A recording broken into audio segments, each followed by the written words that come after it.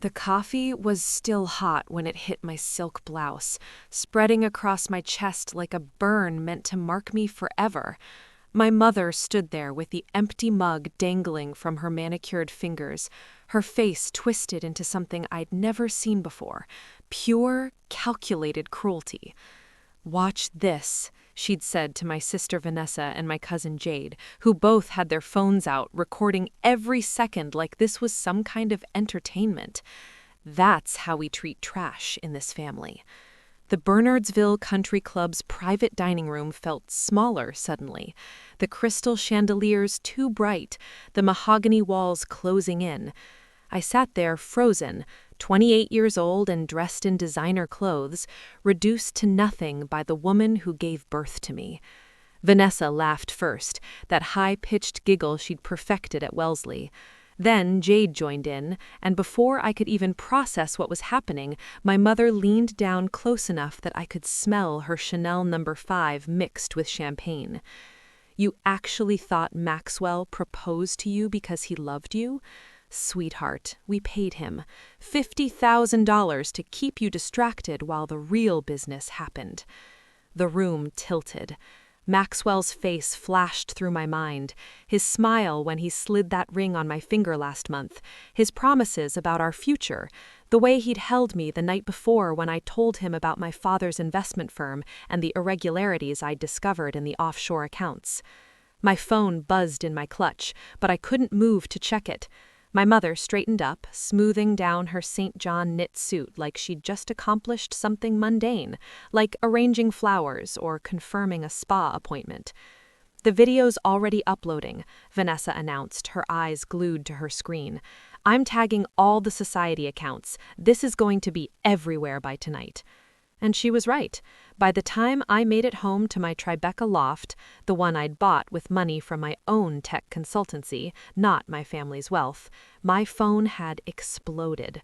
The video had 17,000 views, then 50,000, then it crashed through 100,000 and kept climbing. The comments were vicious. People who'd smiled at me at charity galas were now calling me entitled, spoiled, saying I probably deserved it. But the worst part? Someone had screenshotted my Forbes 30 Under 30 feature from 2 years ago and placed it side by side with a frame from the video where coffee was streaming down my face. The caption read, "From Forbes to failure, Phoebe Ashworth gets what's coming." I sat there on my white leather sofa watching my life implode on social media while the city lights twinkled outside my floor-to-ceiling windows, completely indifferent to my destruction. My hands were shaking so badly I could barely hold the phone. Part of me wanted to call Maxwell, to hear him tell me it wasn't true, that my mother was lying because she'd always been manipulative, always competed with me, always resented that I'd built something outside the family name. But when I pulled up his contact, I saw he'd already blocked me. Every platform, every number, like I'd never existed. The betrayal was a physical thing, sitting in my chest like a stone.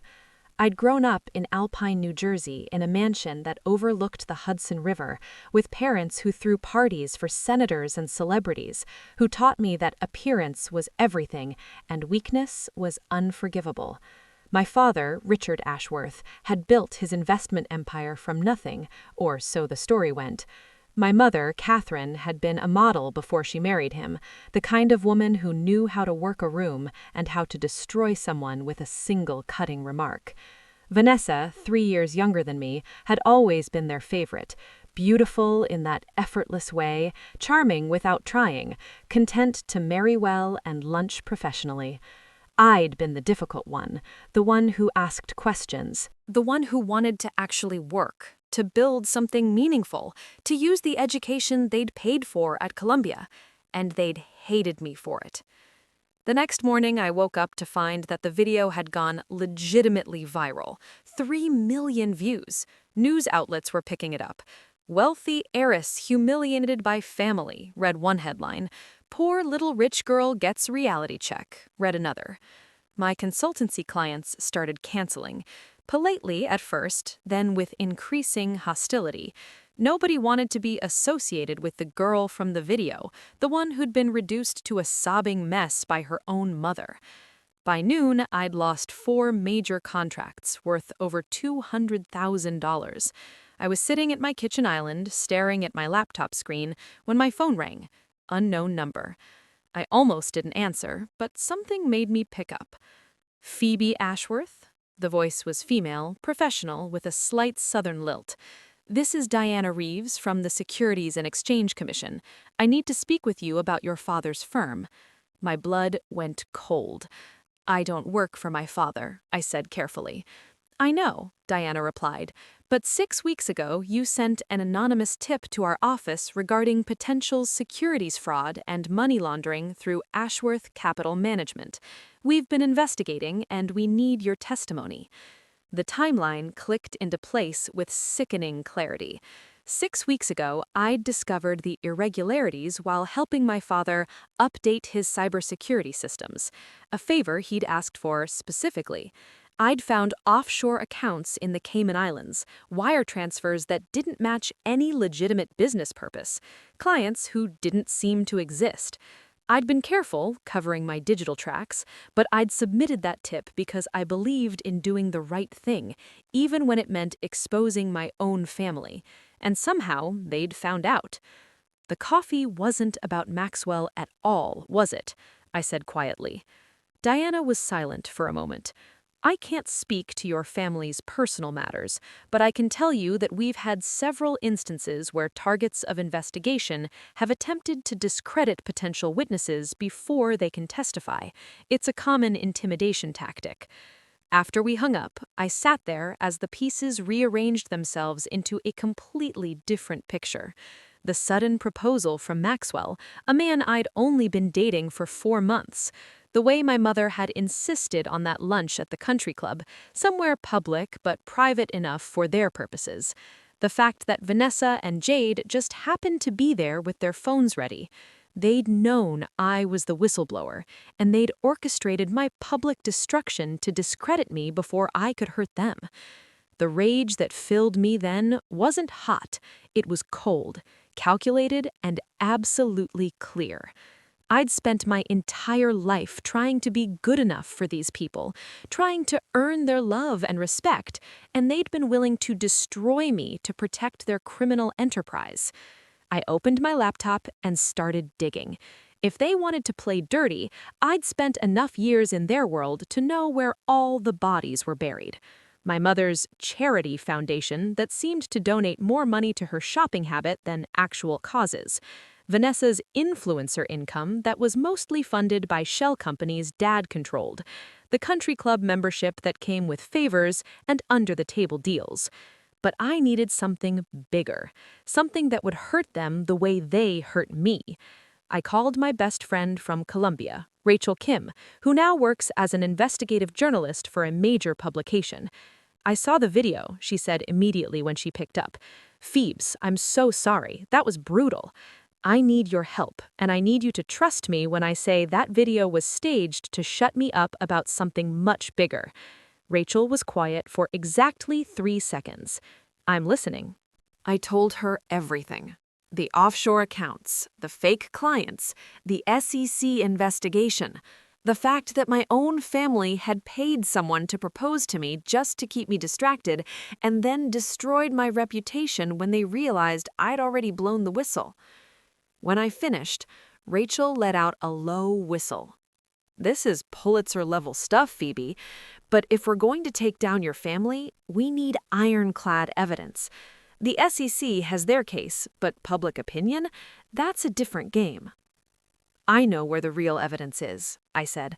My father keeps a safe in his home office, documents he'd never digitize because he's paranoid about hacking. I have the combination. He made me memorize it years ago in case something happened to him. Breaking and entering is a crime, Rachel pointed out. Good thing I still have keys to my childhood home, I replied, and good thing my parents are supposed to be in the Hamptons this weekend. The plan was risky and probably stupid, but I was past caring about playing it safe. That night, I drove out to Alpine in my Range Rover, timing it for after midnight when the neighborhood would be quiet. The security guard at the gate knew me, waved me through without question. The house looked exactly like it always had, imposing, elegant, cold. I let myself in through the side entrance, my heart pounding so hard I thought it might give out. The alarm system beeped, and I entered the code, praying they hadn't changed it. The beeping stopped. I was in. My father's office was on the second floor, down the hall from what used to be my bedroom. The door was locked, but I had a key for that too. Inside, everything was exactly as I remembered. The massive desk, the leather chairs, the view of the river. And on the wall, behind a painting of some ancestor who'd probably been just as corrupt, the safe. My hands were steadier than I expected as I spun the dial. Left to 23, right to 9, left to 62. The combination was my birthday, which felt like another kind of betrayal. The safe clicked open and I pulled out everything inside. File folders, USB drives, ledgers that looked like they belonged in a different century. I used my phone to photograph everything, then carefully replaced it all exactly as I'd found it. I was halfway down the stairs when I heard voices, the front door opening, my mother's laugh, sharp and brittle. "I told you we should have stayed," my father was saying. "Something feels off." I froze, my mind racing through options. The side door was too far, the windows were alarmed. I could hide, but if they found me, there would be no explaining this away. Then I heard Vanessa's voice, and my decision crystallized. I walked straight down the remaining stairs and into the foyer, where all three of them stood, frozen in surprise. My mother recovered first, her face transforming into that cruel mask from the country club. "Breaking into your own family's home now? Should we call the police?" "Go ahead," I said, my voice steady. "While you're at it, maybe explain to them why you have offshore accounts in the names of dead people, or why your largest client is a shell company registered to a known Russian oligarch under international sanctions." My father's face went pale, but my mother just laughed. "You have no proof of anything. You're a disgraced, desperate woman whose own fiancé didn't want her. Nobody will believe a word you say." "Maybe not," I agreed. "But they'll believe the SEC, and they'll definitely believe the documents I just photographed from Dad's safe." The silence that followed was profound. Vanessa looked between our parents, confusion and then understanding crossing her face. "You said she was making things up," she said to our mother. "You said the SEC thing was nothing." "Shut up, Vanessa," our mother hissed, but it was too late. The crack in the unified front was showing. I walked toward the door, and nobody tried to stop me. As I reached for the handle, I turned back one more time. That video destroyed my reputation, my business, my relationship. You wanted me to look like trash. But here's what you didn't count on. I stopped caring what people like you think of me. And now I'm going to make sure everyone knows exactly what kind of trash you really are. I left them standing there and drove back to the city, my entire body shaking with adrenaline. The photographs were already uploading to an encrypted cloud account Rachel had set up. By morning, we'd have everything we needed. But as I lay in bed watching the sunrise paint my white walls pink and gold, I couldn't shake the feeling that I'd missed something. My mother had been too calm at the end, too controlled, and my father hadn't said a word, which wasn't like him at all. My phone buzzed with a text from an unknown number. "You should check your bank accounts. M. Maxwell." I pulled up my banking app with shaking hands. My business account showed a balance of $17. My personal savings account, $12. Every investment, every carefully saved penny, gone.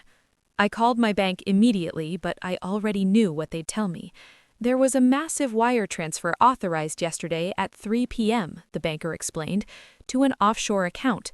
The authorization came with your digital signature and security credentials." "That's impossible. I didn't authorize anything." "I'm sorry, Miss Ashworth, but the transaction was verified through all proper channels. If you're claiming fraud, we'll need to start an investigation, but I should warn you that these cases can take months or even years to resolve." I hung up and stared at my phone. Maxwell hadn't just been paid to distract me, he'd been given access to my accounts. Probably during one of those nights he stayed over, when I was asleep, and he could have easily gotten into my phone, my laptop, everything. They'd taken my reputation, my business, and now my money. They'd stripped away everything I'd built, everything I was, and left me with nothing but the truth nobody would believe. Unless I made them believe it. Unless I turned this around so completely that they'd have no choice but to listen. That's when I remembered something my father had said once, years ago, after a business rival tried to take him down. The best revenge isn't destroying someone's life, it's making them destroy themselves while everyone watches. And suddenly, I knew exactly what I had to do. I called Rachel back. "Change of plans," I said. "We're not just exposing them, we're going to make them confess everything themselves on camera in a way that goes even more viral than that coffee video. And I know exactly how to do it." She laughed, but it wasn't a happy sound.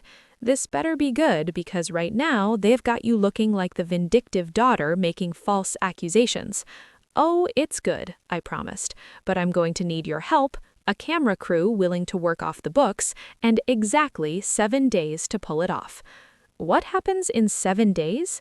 My mother's annual charity gala, the biggest social event of the season. Every important person in New Jersey will be there, plus half of New York's elite, live-streamed to thousands of donors who couldn't attend in person.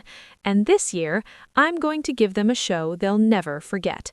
Rachel was quiet for a long moment. "You're going to crash your own mother's party?" "No," I corrected.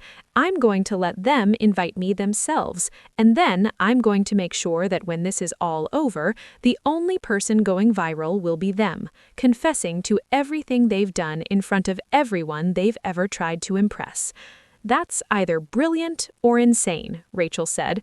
"Probably both," I admitted, "but they made me into a villain in front of the world. Now I'm going to make them see exactly what kind of villains they really are. The question is, are you in?" Her answer would determine everything that came next. Rachel's answer came without hesitation. "I'm in, but Phoebe, if this backfires, you won't just be viral, you'll be arrested. Are you absolutely sure about this?" I looked at my reflection in the window, at the woman who'd been humiliated in front of millions, who'd lost everything she'd worked for, and I didn't recognize her anymore. Maybe that was the point. "I've never been more sure of anything in my life," I said. "Tell me what you need." The next morning, I did something my family would never expect. I called my mother and apologized. "Mom, it's me," I said when she picked up, my voice small and defeated. "Please don't hang up." There was a pause. Then her cold voice. "What do you want, Phoebe?" "I want to apologize. You were right about everything. I was jealous of Vanessa, resentful of the family, ungrateful for everything you and Dad provided. The stress made me paranoid, and I said terrible things to that SEC investigator, made up stories because I was hurt about Maxwell." I could practically hear her calculating on the other end. "Go on." "I want to make it right. Your charity gala is next week, and I know how important it is to you. Let me help. Let me show everyone that I'm not the person from that video, that I'm still your daughter, and I'm proud of this family." The silence stretched so long I thought she'd hung up. Then, "You'll wear what I choose. You'll say what I tell you to say.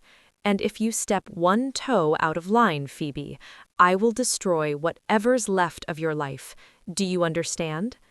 "Yes, Mom," I said, whispering. "I understand perfectly." She hung up without saying goodbye. I sat there staring at my phone, feeling sick but also strangely calm. The trap was set. Over the next 6 days, I played the role of the repentant daughter perfectly. I showed up to planning meetings for the gala, took notes, made suggestions that my mother promptly overruled, and apologized profusely whenever anyone brought up the incident.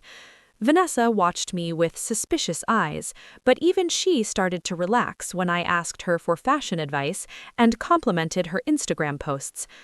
I really am sorry about everything, I told her over coffee at Sant Ambrose in Soho. I was just so stressed about the business, and when Maxwell left, I kind of lost it. She tilted her head, studying me. You know Mom and Dad are talking about getting you psychiatric help, right? They think you had some kind of breakdown. Maybe I did, I said, stirring my cappuccino. Maybe I just need to accept that not everyone is meant to be independent and successful. Maybe I should focus on finding a good husband and settling down like you're planning to do. Her smile was genuine for the first time in months. Trevor and I are thinking spring in Tuscany for the wedding. You could be a bridesmaid if you wanted. I'd love that, I lied, and watched her believe it. Behind the scenes, Rachel was coordinating with her producer, a woman named Linda Chen who'd won 2 Emmys for investigative journalism and had no love for corrupt rich families. We'll have 3 hidden cameras, Linda explained during a secret meeting in her office. 1 on you wherever you are. 2 positioned to capture your parents and sister. The audio will be crystal clear. But Phoebe, we need them to confess on their own. We can't entrap them. That's not journalism, it's a crime. They'll confess, I said. I know exactly which buttons to push. What I didn't tell Linda or Rachel was that I'd also contacted the SEC investigator, Diana Reeves, and told her everything. The gala is the perfect opportunity, I explained. My father always drinks too much at these events, and my mother gets careless when she thinks she's won. If you have agents there posing as guests, you'll hear everything firsthand. Diana had been skeptical but ultimately agreed. We'll be there, but Miss Ashworth, if this goes wrong, we can't protect you from charges of obstruction or conspiracy. I know, I'd said, but they've taken everything from me already. What more can they do? The night of the gala arrived with perfect weather, clear skies, a warm breeze off the Hudson, the kind of evening that made wealthy people feel blessed by the universe itself. My mother's estate was transformed into something from a fairy tale, with thousands of white lights, ice sculptures, and a live orchestra playing on the terrace. I wore the dress my mother had chosen, a pale pink Valentino that made me look young and innocent and completely harmless. My hair was styled in soft waves, my makeup natural, my jewelry minimal. I looked like the old Phoebe, the one who'd existed before the coffee and the video and the complete destruction of my life. You look perfect, my mother said when I arrived early to help with last-minute details. She was radiant in navy blue Oscar de la Renta, every inch the philanthropic society maven. Remember, smile, be gracious, and if anyone asks about that unfortunate video, you tell them it was a misunderstanding blown out of proportion by social media. Of course, Mom, I said obediently. She actually patted my cheek, a gesture so condescending it took everything in me not to flinch. That's my good girl. Maybe there's hope for you yet. The guests started arriving at 7, a parade of wealth and power and perfectly maintained appearances. I recognized senators, CEOs, hedge fund managers, society wives who could make or break a reputation with a single whispered comment. They air-kissed my mother, complimented her event planning, and wrote checks for her foundation without ever asking where the money actually went. I worked the room like I'd been trained to do since childhood, making small talk, laughing at boring stories, pretending I didn't notice the way some people looked at me, like I was either pitiful or pathetic, or possibly dangerous. Rachel was there, posing as a +1 for an actual journalist, her camera hidden in what looks like a designer clutch. Linda had 2 other camera operators positioned as catering staff, their equipment built into their serving trays and vest buttons. Everything was in place. At 8:30, my father took the stage to give his annual speech about the importance of giving back and supporting the community. He was handsome and charming, his voice rich with sincerity as he talked about helping underprivileged children and funding medical research. The crowd applauded enthusiastically. Nobody knew that the research grants were actually money laundering schemes, or that the scholarship fund was a tax shelter that benefited only his business associates' children. When he finished, my mother took the microphone. I want to take a moment to recognize someone special tonight, she said, her eyes finding me in the crowd. My daughter Phoebe has been through a challenging time recently, but I'm so proud to see her here supporting our family and our mission. Sweetheart, would you come up here? My heart was pounding as I walked to the stage, every eye in the room on me. This was it, the moment I'd planned for, prepared for, the moment that would either vindicate me or finish destroying me completely. I took the microphone from my mother, and she stepped back with a satisfied smile, certain she'd won, certain she'd broken me completely. "Thank you, Mom," I said, my voice steady and clear, "and thank you all for being here tonight." I do want to address what happened a few weeks ago, because I think it's important to be honest about who we really are. I saw my mother's smile falter slightly, but she kept it frozen in place. My father shifted uncomfortably near the edge of the stage. Vanessa was staring at me from her table, her expression confused. "The video you all saw was real," I continued. "My mother did pour coffee on me. She did call me trash. And you know what? She was absolutely right to do it." The crowd went silent. This wasn't what they'd expected. She was right because I was about to betray my family in the worst possible way. I was going to expose their private business matters to federal investigators because I was angry and jealous and completely out of line. I was going to destroy everything they'd built over some accounting irregularities I didn't even understand.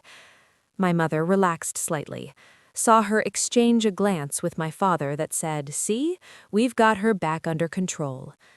"But here's the thing I've learned over these past few weeks," I said, my voice dropping lower, more intimate, drawing everyone in. "Sometimes the biggest betrayal isn't exposing the truth. It's being complicit in the lie." I turned to face my parents directly. "Dad, why don't you tell everyone here about the offshore accounts, the ones in the Cayman Islands, registered to people who've been dead for 5 years?" My father's face went purple. "Phoebe, that's enough. Or Mom, maybe you'd like to explain where the $3 million in charity donations from last year actually went. Because I've got bank statements that show it went directly into your personal shopping accounts." The crowd was murmuring now, phones coming out, people recording. My mother stepped forward, reaching for the microphone, but I moved away from her. "And Vanessa, since we're being honest, do you want to tell your fiancé Trevor about the guy you've been seeing at the Soho House every Tuesday? Or should I?" Vanessa's face went white. "You're lying. You're making all of this up because you're jealous and pathetic." "Am I?" I pulled out my phone, and Rachel hit a button on hers. Suddenly, the large screens set up around the terrace that had been showing photos of charitable works switched to bank statements, wire transfer records, photographs of my mother's shopping receipts, totaling millions of dollars, images of Vanessa leaving a hotel with a man who definitely wasn't Trevor. "What you're seeing is just a fraction of the evidence I've collected," I said into the microphone. "Evidence of securities fraud, money laundering, tax evasion, and charity fraud. Evidence that I turned over to the Securities and Exchange Commission 6 weeks ago, which is why my family tried to destroy my credibility before I could testify against them." My father lunged for me then, but 2 men in suits stepped forward from the crowd, SEC agents who'd been waiting for exactly this moment. "Richard Ashworth, you're under investigation for securities fraud and money laundering. We have a warrant for your business records and a court order freezing your assets." The terrace erupted into chaos. Guests were scrambling away from my parents like they were contagious. Phones were everywhere, everyone recording, everyone trying to get the best angle on the most dramatic fall from grace high society had seen in years. My mother's carefully constructed mask cracked completely. She turned on me with such rage that I actually stepped back. "You vindictive little witch," she hissed, After everything we gave you, everything we did for you. You mean after you paid someone to fake a relationship with me so I'd be too distracted to notice your crimes? I shot back. After you publicly humiliated me to discredit me? After you stole every penny from my bank accounts and tried to leave me with nothing? You deserved it, she screamed, and the cameras caught every word. You were always so self-righteous, so superior, thinking you were better than us because you built some little tech company. You were nothing before we gave you life, and you'll be nothing after we're done with you. I don't think so, said a new voice. Diana Reeves stepped forward with her badge displayed.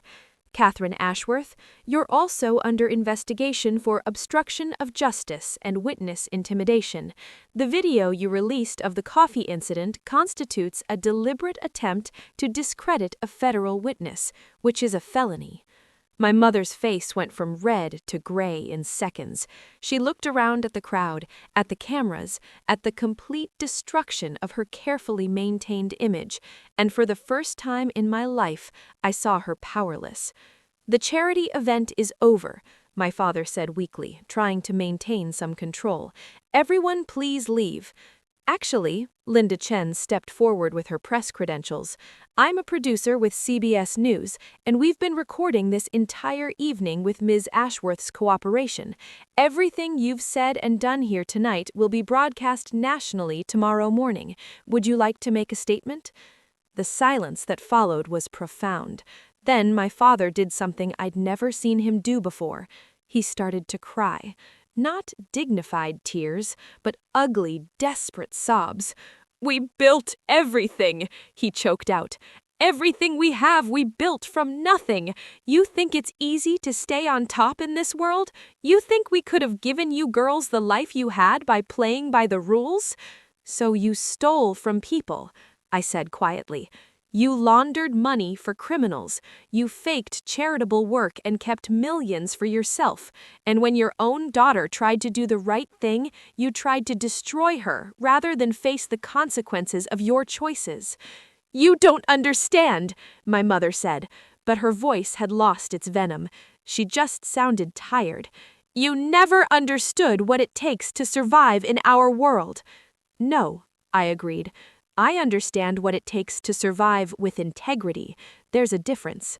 The SEC agents started escorting my parents out, reading them their rights. Vanessa was crying at her table, Trevor having left the moment the videos started playing. The guests were all filing out, already texting and calling, spreading the news. By morning, this would be bigger than the coffee video ever was. Rachel appeared at my side as the terrace cleared. You did it, she said softly. Are you okay? I looked around at the ruins of my mother's perfect party, at the family I'd just destroyed, at the life I'd walked away from completely, and I realized something surprising. I felt free. Yeah, I think I actually am. The story broke nationally the next morning, exactly as Linda promised, but the narrative had shifted completely. I wasn't the spoiled rich girl who got what she deserved. I was the whistleblower who'd risked everything to expose corruption, who'd survived a coordinated campaign of retaliation, and who'd turned the tables on her own family in the most spectacular way possible. Within a week, 3 of my former clients called to apologize and reinstate their contracts. Within 2 weeks, I had 5 new clients who specifically wanted to work with someone who'd proven they had integrity. Within a month, my bank accounts were unfrozen, the wire transfer was easily proven to be fraud, and I had every penny back, plus damages. But the real victory came 6 weeks after the gala, when I was called to testify before a grand jury.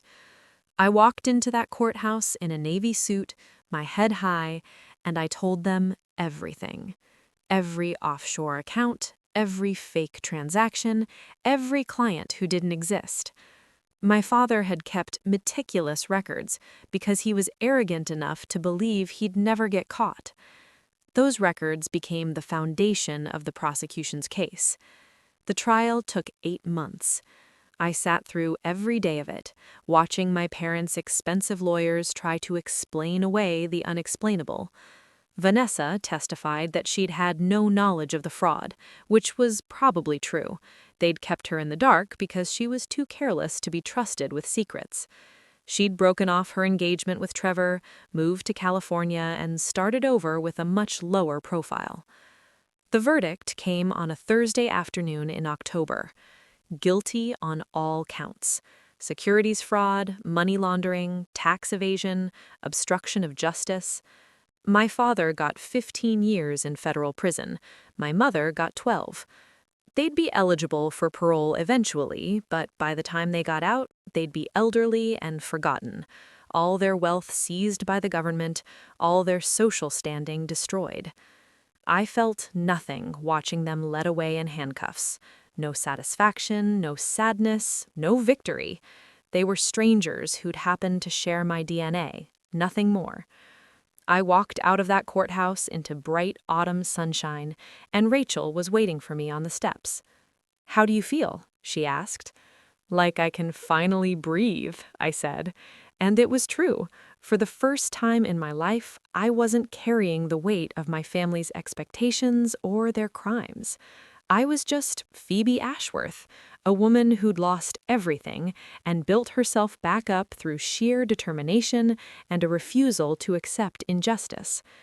My consultancy grew. I wrote a book about corporate ethics that became a bestseller.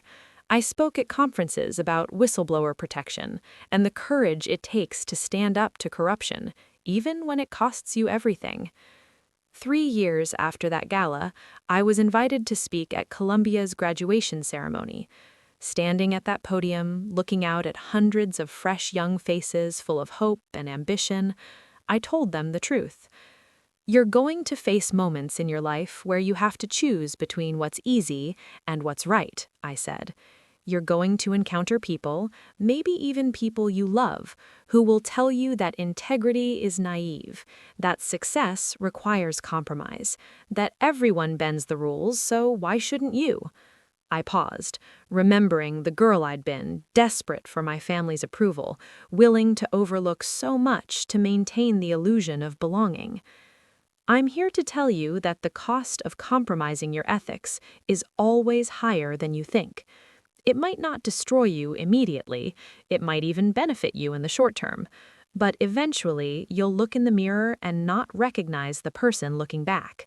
And that loss, the loss of yourself, is worse than any professional setback or social humiliation or financial hardship. The graduates were silent, listening. My family tried to destroy me when I chose integrity over loyalty. They succeeded for a while. I lost my reputation, my money, my relationships, everything I thought defined me. But you know what I gained?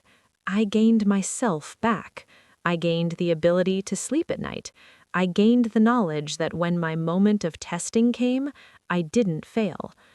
I looked out at those young faces and smiled. So my advice to you as you go out into the world is this: build your life on a foundation of truth. Choose the hard right over the easy wrong every single time. And when someone tries to make you feel like trash for doing the right thing, and someone will, remember that their opinion is just noise. The only opinion that matters is the one you hold of yourself when you're alone with your conscience at 3 in the morning. The applause was thunderous, but I barely heard it. I was thinking about that girl in the country club, coffee dripping down her silk blouse, surrounded by people recording her humiliation. I was thinking about how she'd believed for a moment that she really was trash, that she deserved what was happening, that she'd somehow failed. And I wanted to tell her, you didn't fail, you survived, and survival is just the beginning. After the ceremony, a young woman approached me, fresh-faced, nervous, holding her diploma like a shield. "Miss Ashworth, I just wanted to say thank you. My father works for a company that's doing some things I think are illegal, and I've been terrified to report it because he's my dad, and I love him. But I know it's wrong, and your story made me realize that sometimes love means holding people accountable." I took her hand in both of mine. "It's going to be hard," I told her honestly, possibly the hardest thing you'll ever do, but you'll survive it and you'll be stronger for it. And someday you'll look back and be proud of the choice you made today." She nodded, tears in her eyes, and I saw myself in her, that moment of terrible clarity when you realize you can't unknow what you know, can't pretend you didn't see what you saw. That night, I stood on my terrace looking out at the city lights, a glass of wine in my hand, completely at peace. My phone buzzed with a text from Rachel. "Saw the speech online. You killed it. Proud of you." I smiled and typed back, "Couldn't have done any of this without you. Dinner this week?" "Absolutely. I'll bring the good wine." I set my phone down and closed my eyes, feeling the cool evening breeze, hearing the distant sounds of the city, alive and real and completely myself. The viral video from that country club was still out there somewhere, probably forever. People still recognized me sometimes, still remembered that moment of humiliation. But now, when they mentioned it, they also mentioned what came after: the courage, the testimony, the justice. I'd taken the worst moment of my life and turned it into proof that you could be destroyed and still come back stronger, that you could lose everything and still win, that the people who tried to bury you didn't realize they were planting seeds. I thought about my parents in their respective prisons, probably still believing they were the victims in this story, still unable to comprehend that their downfall was their own doing. I thought about Vanessa in California, hopefully learning to build a life based on substance rather than appearance. I thought about Maxwell, wherever he was, hopefully haunted by the role he'd played in my family's scheme. But mostly, I thought about the girl I'd been and the woman I'd become, and I felt nothing but gratitude for the journey, as painful as it had been. Because here's what nobody tells you about revenge. The best kind isn't about destroying your enemies. It's about building a life so authentic, so true, so completely yours, that their attempts to tear you down become irrelevant. It's about winning by refusing to become like them, by choosing integrity when they chose corruption, by standing up when they tried to knock you down. They'd wanted to make me trash. Instead, they'd made me unbreakable. And that was the real victory, not the trial, not the vindication, not even the public apology that never came. The victory was waking up every morning and knowing that I'd passed the test when it mattered most, that I'd chosen truth over comfort, justice over family, myself over their version of who I should be. The coffee stains had long since washed out of that silk blouse, but the lesson they'd tried to teach me, that I was worthless, that speaking truth was foolish, that family loyalty meant silence in the face of wrongdoing, that had never taken hold, because I'd learned a different lesson that day. I'd learned that sometimes the people who should love you most are the ones who hurt you worst, that sometimes survival means walking away from everything you've known, that sometimes the price of integrity is loneliness and loss and starting over from nothing. But I'd also learned that you can pay that price and still come out whole, that you can lose everything and still have yourself, that the truth, no matter how costly, is always worth telling, and that knowledge, that hard-won wisdom, was worth more than any inheritance, any social standing, any viral video could ever take away from me.